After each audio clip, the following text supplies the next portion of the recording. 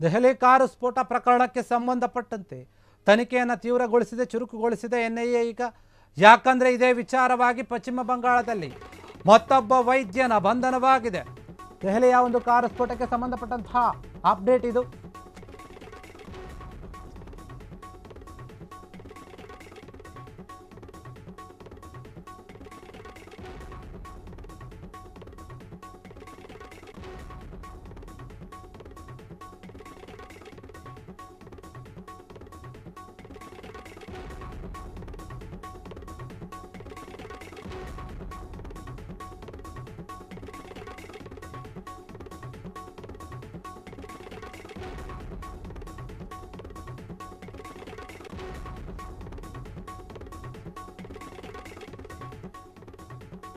ದೆಹಲಿ ಸ್ಫೋಟಕ್ಕೆ ಸಂಬಂಧಪಟ್ಟಂತೆ ಎನ್ಐಎ ಪೊಲೀಸರು ಏನು ಮಾಡಿದ್ದಾರೆ? ತನಿಖಾ ತಂಡ ತನ್ನ ತನಿಖೆಯನ್ನು ಚುರುಕುಗೊಳಿಸಿತ್ತು. ಅದೇ ವಿಚಾರವಾಗಿ ಈಗ ಮತ್ತೊಬ್ಬ ವೈದ್ಯ, ಉಗ್ರ ವೈದ್ಯ ಬಲೆಗೆ ಬಿದ್ದಿದ್ದಾನೆ ಪಶ್ಚಿಮ ಬಂಗಾಳದಲ್ಲಿ.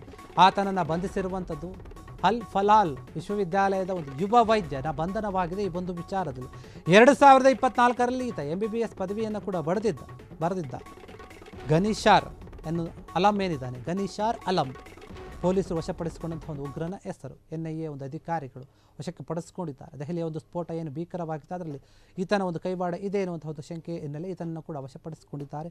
ಎನ್ಐಎ ದೆಹಲಿ ಪೊಲೀಸರಿಂದ, ಎನ್ಐಎ ಮತ್ತು ದೆಹಲಿ ಪೊಲೀಸರು ಇಬ್ಬರು ಕೂಡ ಸೇರಿಸಿಕೊಂಡು ಗನಿಶಾರ್ ಅಲಂ ಏನಿದ್ದಾನೆ, ಅಲಂನ ಬಂಧನವಾಗಿದೆ. ಪಶ್ಚಿಮ ಬಂಗಾಳದ ದಾಲ್ಖೋಲಾದ ಒಂದು ಸೂರ್ಯಪುರ್ ಮಾರುಕಟ್ಟೆಯಲ್ಲಿ ಈತನ ಬಂಧನವಾಗಿದೆ ಅಂತ ಹೇಳಲಾಗ್ತಾ ಇದೆ. ಈತ ಮದುವೆ ಸಮಾರಂಭಕ್ಕಂತ ತನ್ನ ಹುಟ್ಟೂರು ಏನಿದೆ ಕೋನಾಲ್, ಆ ಒಂದು ಗ್ರಾಮಕ್ಕೆ ಹೋಗಿರ್ತಾನೆ. ಆ ಸಂದರ್ಭದಲ್ಲಿ ಈತನನ್ನು ಬಂಧಿಸಿದ್ದಾರೆ ಅಂತ ಹೇಳಲಾಗ್ತಾ ಇದೆ.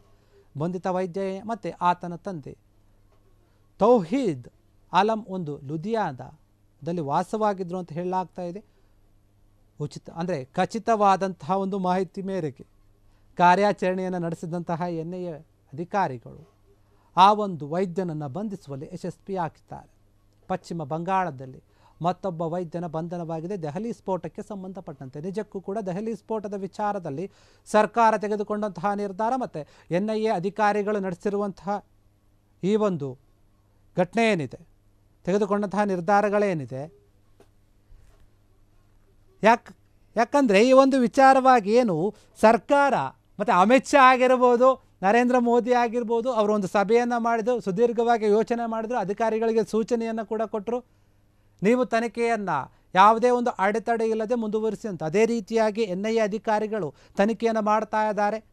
ಪ್ರತಿದಿನ ಕೂಡ ಒಂದಲ್ಲ ಒಂದು ರೀತಿಯ ಒಂದು ಮಾಹಿತಿಯನ್ನು ಕಲೆ ಹಾಕ್ತಾ ಇದ್ದಾರೆ. ಈಗ ಮತ್ತೊಬ್ಬ ವೈದ್ಯನನ್ನು ಬಂಧಿಸುವಲ್ಲಿ ಯಶಸ್ವಿಯಾಗಿದ್ದಾರೆ. ಈ ಒಂದು ವಿಚಾರವಾಗಿ ಆತನಿಂದ ಕೂಡ ವಿಚಾರಣೆ ಮಾಡ್ತಾರೆ, ಏನಾಗಿದೆ ಏನಿಲ್ಲ ಅಂತ. ಅವರ ತಂದೆ ಮತ್ತು ಮಗ ಇಬ್ಬರೂ ಕೂಡ ಒಂದು ಕಡೆ ವಾಸವಾಗಿರ್ತಾರೆ. ಇಬ್ಬರನ್ನು ಕೂಡ ಬಂಧಿಸಿ ವಿಚಾರಣೆಯನ್ನು ಮಾಡ್ತಾ ಇದ್ದಾರೆ. ಆದರೆ ಅವರ ಒಂದು ಸಂಬಂಧಿಕರು ಹೇಳ್ತಾರೆ ಈತ ಇಂತಹ ಒಂದು ಕೃತ್ಯದಲ್ಲಿ ಭಾಗಿಯಾಗೋಕ್ಕೆ ಸಾಧ್ಯ ಇಲ್ಲ, ಯಾಕಂದರೆ ಅವರ ಒಂದು ಊರವರು ಕೂಡ ಹೇಳ್ತಾರೆ ಈತ ಸಭ್ಯನಾಗಿದ್ದ, ಆ ರೀತಿ ಮಾಡೋಕ್ಕೆ ಸಾಧ್ಯ ಇಲ್ಲ ಅಂತ. ಆದರೂ ಕೂಡ ಅಧಿಕಾರಿಗಳು ಒಂದು ಅನುಮಾನದ ಮೇರೆಗೆ ಆತನನ್ನು ವಶಪಡಿಸಿಕೊಂಡು ವಿಚಾರಣೆಯನ್ನು ನಡೆಸ್ತಾ ಇದ್ದಾರೆ.